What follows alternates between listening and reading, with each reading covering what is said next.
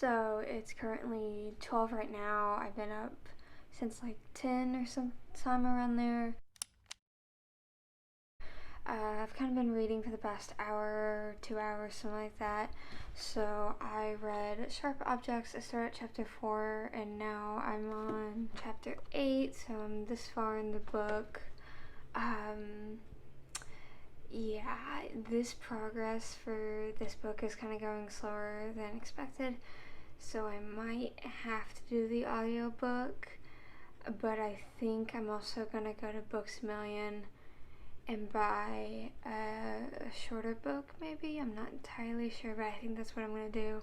I'm gonna go eat right now, and then I think I'm gonna read some more. I'm not entirely sure though, so I'll just keep you guys updated. Also, just a quick update, I got a few more badges for reading You Should Have Left. So the first one is read a book that takes place on a different continent than when you live. I live in the US and You Should Have Left takes place in Germany. I read over 1,000 pages. If you look right here, I've read 1,121 pages. I've finished 4 books. Those are the 4 books that I finished, and then those are my stats. Thursday was by far the best with 392, and then the last one is read a book set somewhere you wish you could go. I've always wanted to go to Europe, not Germany in particular, but just Europe in general. So yeah, I use that. It's kind of a cop-out, but it counts. Also read a 5-star book. I decided to change my mind and give You Should Have Left 5 stars. Okay, so I've come up with a new game plan. So what I'm going to do now is I'm going to edit some of my book on my computer, and I'm going to listen to the audiobook of Sharp Objects. It may not be my favorite, but I think it'll be doable. And then I think I'm going to edit a chapter or 2. Then I think I'm going to go outside and read. I think that's what I'm going to do. I might stay in and just continue to listen to the audiobook. But I think tomorrow I'm going to try to finish Sharp Objects today. Then if I do that, then tomorrow I'm going to go to the bookstore and buy Escape Room and this other book that I can't remember for the life of me, but it's really, really, really tiny. It's like just 3 chapters, like 70-something pages or something like that. So I think if I get those 2 tomorrow, I'll be able to finish them because I have nothing going on tomorrow. So I think that's going to be my game plan for the rest of the reading rush. And I am kind of stressing here because I was a day late to the reading rush, and now I'm trying to get caught up. I've only read 4 books. I'm trying to do 7, so I have 3 more to go. We'll do it. So it'll be fun. It'll be fun. So I guess I'll just check in with you guys later or something like that. Okay, so I've been listening to the audiobook for an hour or 2 right now. It's now 4:20. And I made it to chapter 14, which looks like that. So I just have that little bit of section right there left until I finish the book. Depending on how late my prom goes, I'm either going to listen to it on the way home and most likely finish it there, or I'm gonna come home and just read it and finish it, at my house. So we're just gonna have to play it by ear, but I know for a fact that I will be finishing this book today and making it a goal of mine. Okay, so it's gonna happen. But I'm liking this book. There are some weird elements about it. I'll probably go into deeper discussion tonight. It takes the whole small town, big secrets type of thing, like, to the next level. Like, that cliche I never really like involving small towns, but this one is so amped up. Like, literally no one is innocent in this book whatsoever. Like, even 13-year-olds aren't acting how they're supposed to be. So it's just kind of weird reading about it. It kind of creeps you out seeing everyone just have like this second side to them, but the mystery is kind of starting to unfold, and oh my goodness, I think I just reached the twist. I'm not entirely sure if there's going to be another twist, so I don't want to say for sure, but yeah, I think I just reached the twist, and it's a pretty good twist, and I enjoyed it. It's like when they read it to me, I was like, wow, I'm like, that's actually pretty good. So yeah, I'm liking this book, but the ending is really going to determine how much I like it. So yeah, I'll probably check in with you guys late tonight like usual. So it is currently 4 a.m. in the morning. I got home around 1:30ish, and I began to read around 2:30, I think. So yeah, I didn't edit anything. I just went straight to reading because I'm kind of tired. But I managed to finish this book. This pink tab is where I started today. So that big section, that's everything that I read today. So pretty good. Without spoiling anything, I kind of called who the killer was gonna be around midway in the book. It was still, when they said it, it was still kind of creepy and jarring, and it still kind of did like that, oh, okay, type of deal for me. It wasn't like, I knew that, like, how disappointing. No, it did like a little twist on the person, if that makes sense. I know I'm doing terrible at describing this, but I don't want to spoil it for anyone. But yeah, I liked it. It wasn't my favorite, really. I'm probably gonna give it 3-4 stars. It's probably sitting at a 3.5 for me.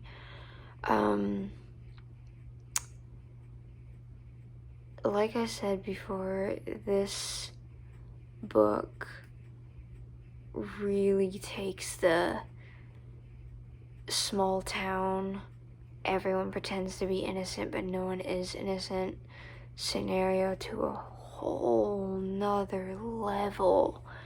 Like, they're literally 13-year-olds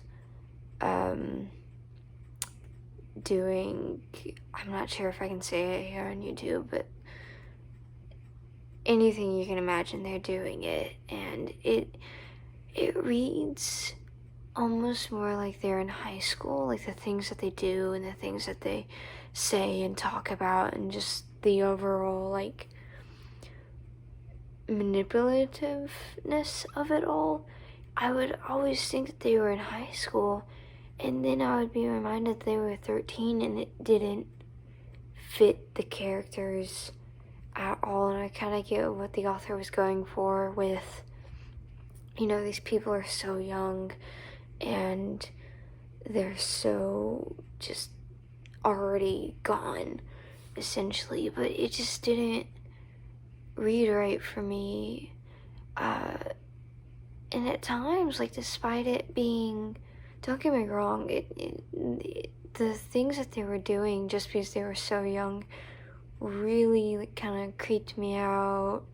It didn't really sit well with me. But there were times where they would, like, say stuff, and I would almost find it comical because it was just so much.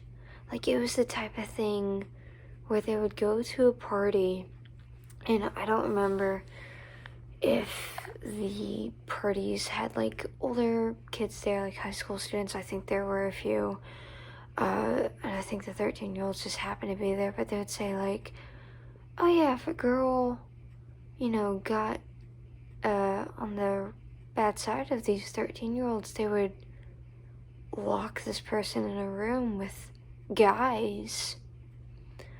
And it, like, I just couldn't see that happening, really. Like, it was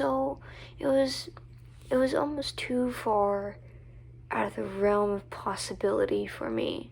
Like, it was creepy. It made my skin crawl. It was very unsettling. Don't get me wrong about that.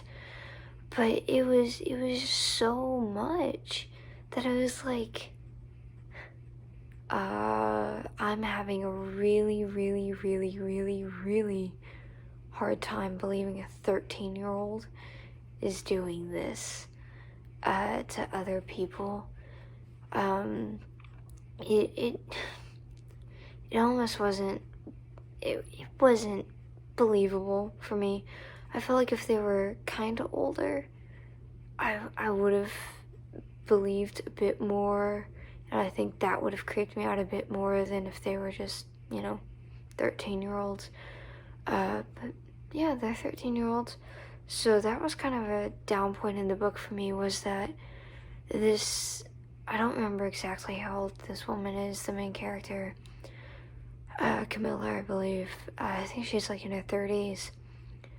But it's so weird because she talks about like reminiscing her days in high school, because she was popular in high school, like really popular. She was one of the mean girls in high school, and she talks about that. And then she allows her 13-year-old house sister to drink and do drugs with her at a party. I'm just like, that's kind of weird that you're 30-something and you're kind of already giving into peer pressure for 13-year-olds for no particular reason. Like, that was also one of the things that was kind of outside believability for me. It was just so weird that like this fully grown adult was hanging out with like all these teenagers. It was just weird. And the relationships in this book, I didn't really care. Like, I felt like I don't want to spoil this for you guys. The relationships I felt were just there to add a little speck of drama, or to just be there. They didn't really mean anything. The character would literally just do it to do it. I think she mentions that a few times. Another creepy thing is there's an incident involving her and a 18-year-old guy, and I'm just like, oh my goodness. Like, I nearly had to take a break from reading because I was just like, I don't know, that part of the book I just didn't particularly like, was the age gaps. It was just creepy. It was just weird. And that's probably the intent there, to creep me out and to weird me out and to get my skin crawling. Congratulations, it worked. But still, it's just that age gap. I feel like I would have liked it more if I was creeped out by the murders or by a particular character, rather than these relationships that were going on, or these actions of adolescent people. So yeah, those were kind of like my low points there for me. It was just kind of things that like I couldn't really see happening in real life. And don't get me wrong, I'm sure that they do happen in real life, but it was literally like this entire town was like that, and it even hinted that like adults knew about it, but like weren't doing anything about it, I guess. So like, again, I'm not saying that this kind of thing doesn't happen, even with those ages. I know that those things happen. I'm not stupid, but in this book, it was overkill how many times it happened. It was complete and utter overkill, and I think it was honestly just kind of for the shock value, if I'm being honest here, which isn't particularly my favorite way of, getting me to be creeped out by shock value, because it's shock value, it's I'm kind of too tired to construct thoughts around the basis of shock value, but hopefully you guys get what I mean. If you don't, you can comment down below. or something like that, and I'll clear it up tomorrow. But yeah, shock value works in the sense that it creeps me out, but like not in the sense that like in how I wanted to be creeped out, if that makes sense. So yeah, the relationships I felt were kind of pointless in this book. The character kind of like she was here to do a reporting thing. She kind of stops reporting like midway through the book, and I get it, she is going through a breakdown essentially, and even her boss, who actually liked the cliche of, I believe it's her boss if I'm not mistaken, of, you know, like calling her, checking up on her, being like, listen, I shouldn't have put you on this case, I apologize, come home now. Is it too much stress for you? So I like that stereotype was broken at least, and that he actually cared about his employer or employee, my bad. So yeah, I kind of lost my train of thought there. I don't really know what I was saying before that. Yeah, reporting, my bad. So like I get it, she's going through a mental breakdown, and even the guy's like, just stop reporting. But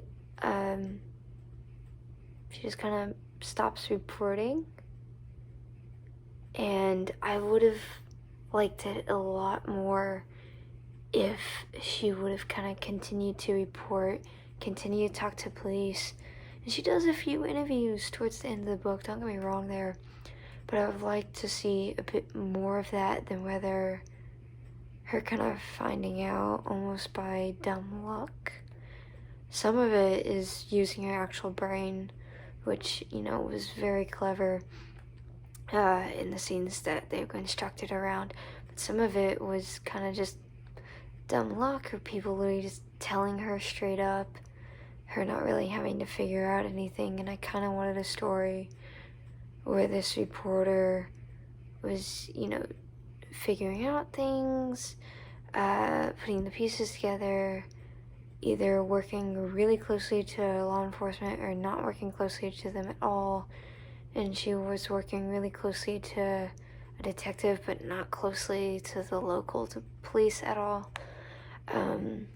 So it kind of felt just a bit disjointed, and at times you would forget about the reporting subplot at all. Same thing with the dead girls. I wish that those were talked about just a bit more. They went in a lot to the main character's like personal life and what it was like when she was younger, and I do understand that. I get why that's happening, but I would have liked to read a bit more about the actual murders, see a bit more of the families around them, maybe see like an autopsy or something like that, you know. But we didn't really get a lot of that. But the parts that we did get, they were well constructed, and I enjoyed those parts. The half-sister and the mom of the main character, I absolutely found insufferable. Every time I was reading about them, I just didn't like it. Like I've stated before, her 13-year-old sister is like, it's almost like she's out of a like comedy, like Mean Girls, like the movie Mean Girls. Like she's out of that.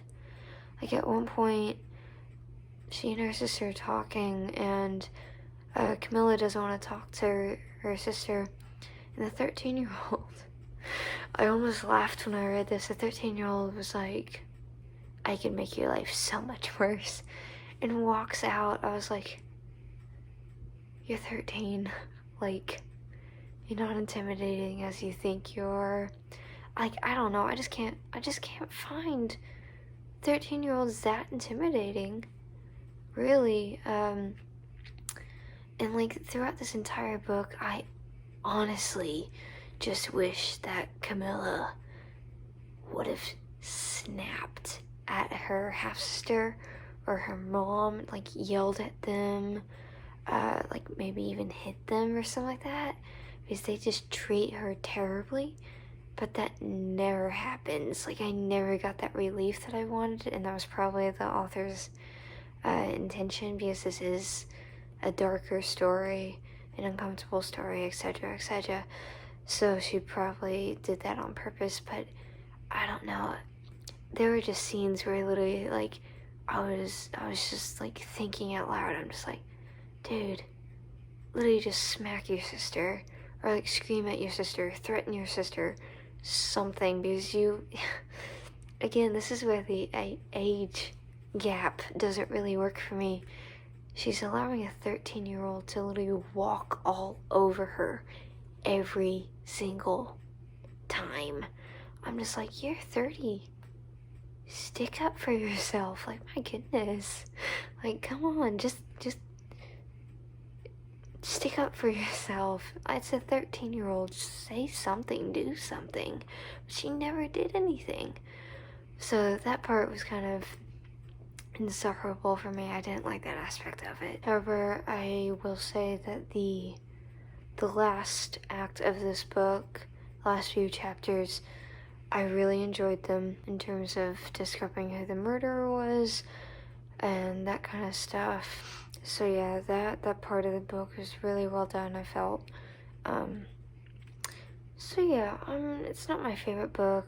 I'm not gonna lie, I had really high expectations for this because I've been wanting to read it for a long time. I wouldn't say that this book disappointed me. I think it just didn't live up to the hype that everyone had it at and that I had it at. So yeah, it's not terrible. I don't hate it. I don't even think that I dislike it. I think I like it. I think it's just, and I'll probably be able to form more opinions tomorrow morning, but I think it's just a book that I like. I'm not sure if I see myself rereading this anytime soon or anything like that. But yeah, it was good. I'm glad that I read it. It was just kind of weird and not really what I was expecting, if that makes sense. So yeah, I think I'm gonna go to bed because I'm pretty tired. So I guess I'll see you guys in the morning. And I also need to get a game plan down for tomorrow to finish 2 more books. So yeah, see you guys tomorrow, I guess. Thank you as always for watching. Don't forget to like, share, comment, subscribe, and it would mean the world to me if you follow me on all my other social medias, such as Instagram, Facebook, and Twitter. They'll be listed down in the description below, like always. And I will see you guys tomorrow and in the next video. Sorry about my tired state, but yeah. Bye.